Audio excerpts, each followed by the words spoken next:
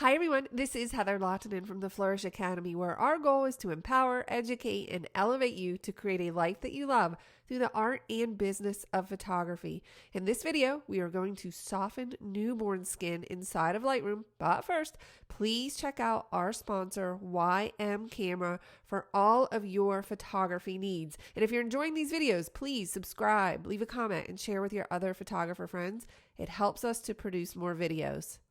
My friend Melissa recently sent me this final edited JPEG of a newborn session she just completed, and I wanted to show her and you quickly how to soften newborn skin and also remove what I believe is some bruising. Now, before you remove anything like this, I would recommend asking the parent if they have a preference. This could be a bruise, it could be a birthmark. I'm not sure. I'm going to show you how to remove it, but please use your own discretion.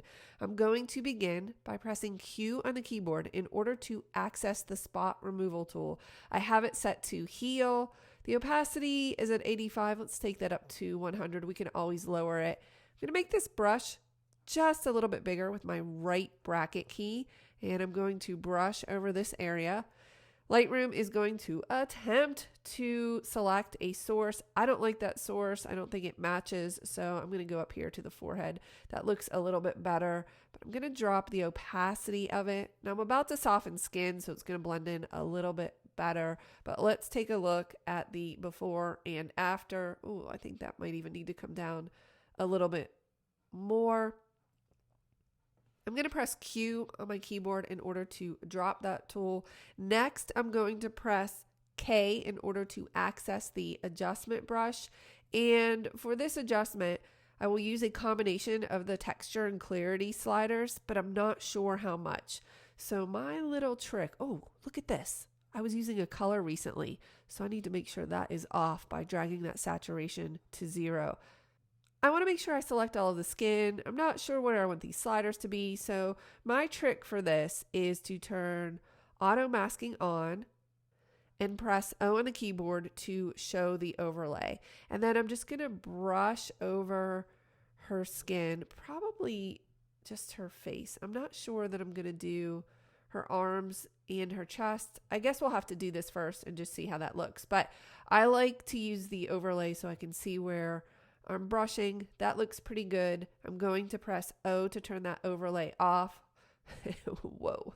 I can already tell that these sliders are way too far down. And another thing, let's zoom out because we're just too close. Oh, I see why. The exposure was set up. So let's double click that slider back to 0. Okay, much better. Wow. And let's take a look at the before and after. Oh, wow, that actually looks pretty good. So what you can do is just play around with these sliders. And I did a video recently where I talked about the differences between clarity and texture.